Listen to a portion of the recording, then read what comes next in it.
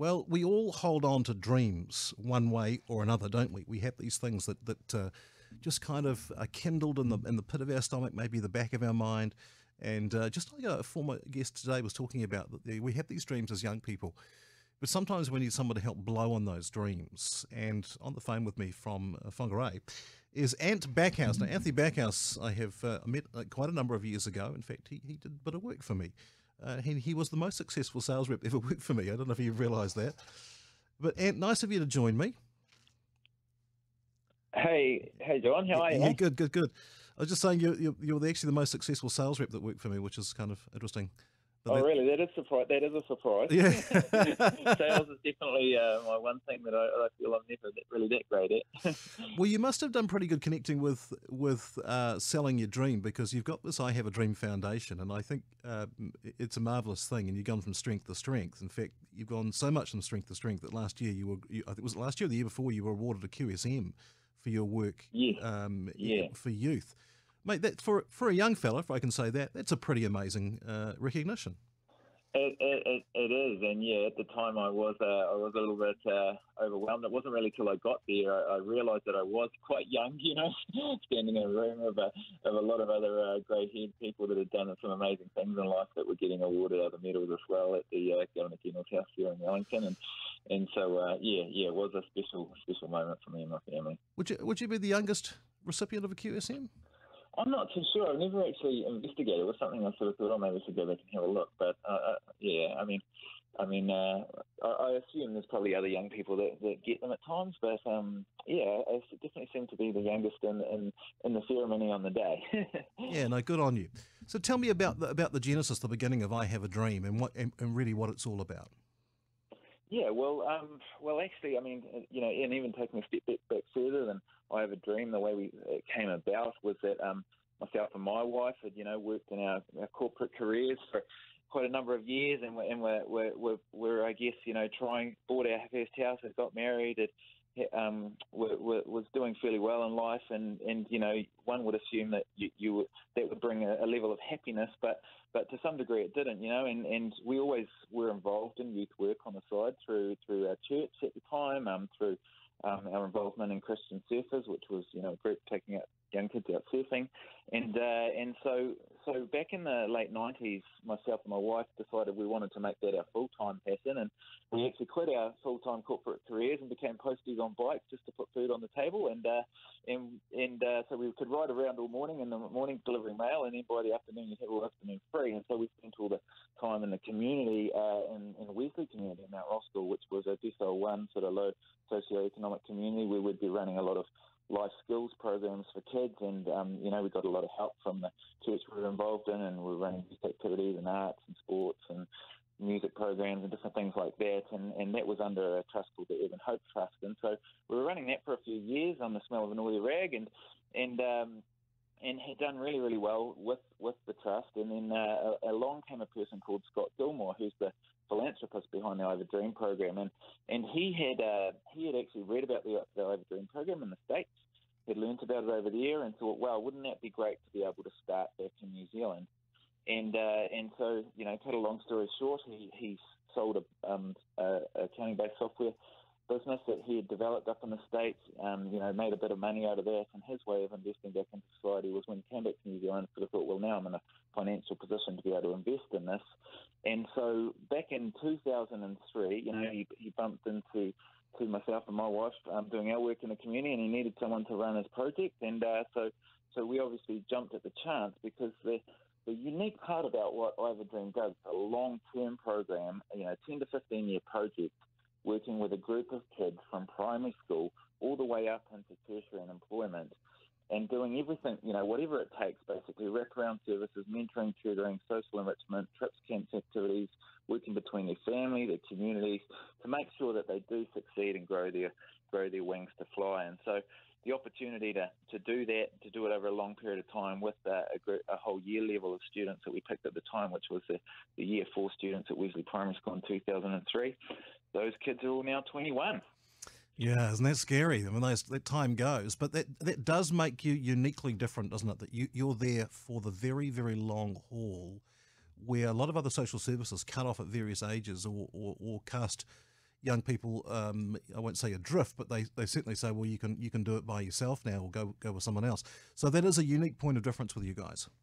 Yeah, absolutely. I mean, that is definitely the point of difference, is that long-term nature of it, that we start early at such an early age. I mean, it is that whole sort of easier to mould wet cement than chip it hard in concrete, so to speak. And often, as a society, we're spending a lot of money on fixing adults at the other end that weren't given the help at a young age. And so this is about front-loading it, investing in kids early, and despite their socioeconomic background that they come from. I walk around these primary schools and you have all these kids that at the end of the day, despite the way that they're growing up or the environments they're growing up in and the environment influences that they have around them, these kids still have a dream. They, at a young age, they want to be someone. They really do want to achieve in life.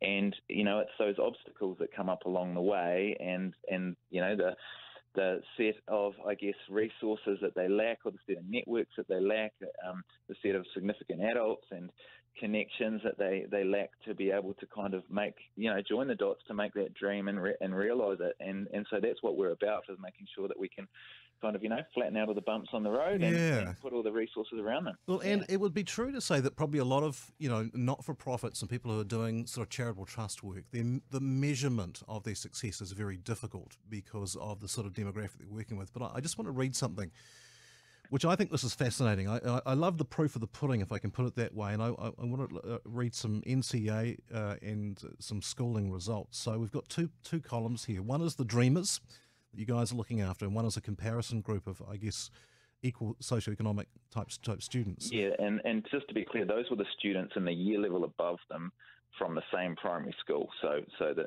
we took the year 4s and they were the year 5s from the same primary school. Yeah, right, okay. So an extremely close measurement. So the dreamers achieved NCA level 1, 81% of them got level 1 compared to 71% on the other column.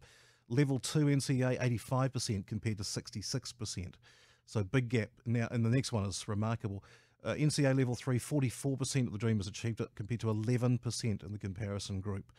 Retention to year 13, 86% compared to 71%. Achieve university entrance. This is remarkable, mate. 38% of the dreamers compared to 7% of the other group. And progression onto tertiary education. Mate, this just must make you feel like $1 million. 80% of the dreamers went on to tertiary education compared to 30% in the other group. That is, that's the money, isn't it? That's right. That's where the money is, right there. What a great result. Absolutely. I mean, what motivates us is obviously breaking the cycle of poverty, and generational poverty in some of these families, and really we've put those dreamers on a different trajectory. And I mean, kids have their ups and downs, and we got a great amount into tertiary education, and some still struggled a little bit with that, But I know that looking at that group of kids, they're on a different trajectory now in life. They have a different value set around education, for their children and their children's children. The value of education, the value of, working hard in life and achieving a dream is going to be different, and you do break the cycle for future generations. And so, we're pleased to be able to have proven it with that group, and now we're on a mission to expand it and prove to the government that this is scalable to be able to help kids further throughout New Zealand. And so we've taken on a whole community now up in Whangarei and hope to transform 1,500 kids' lives over the next 10 years. Yeah. Now, I love dreamers, and I really do. Ant Backhouse, the CEO of I Have a Dream, is on the line with me. It's ihaveadream.org.nz. And just in finishing, I noticed that you've got quite some extensive research from overseas on your website. So you guys are really thinking globally in terms of picking the best practice, picking the bones out of of what's working well around the world. Absolutely, yeah. Research has been a prominent thing that we've done, and we had the education group research company who came in alongside us and researched our project right from the start to finish.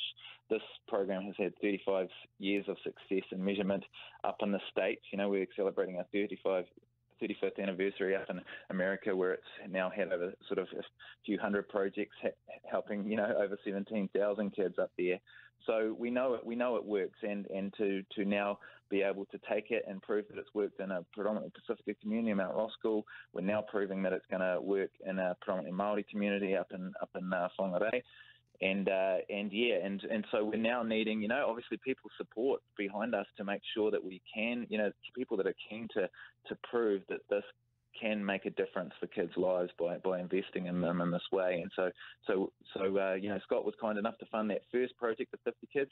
Now we're taking on 1,500 kids, and we need a lot of other supporters behind us and a lot of other financial supporters to donate to the cause, so that we can prove to government this is worth doing on a broader scale. Yeah, absolutely. And I mean, the pilot is perfect, isn't it? So there's a bit of a funding hump to get over. How can people connect with you? How can we support what you're doing? Because I think, again, all the marketing publicity aside, the results of kids going on to tertiary and breaking that cycle speak for themselves. So how can we help you?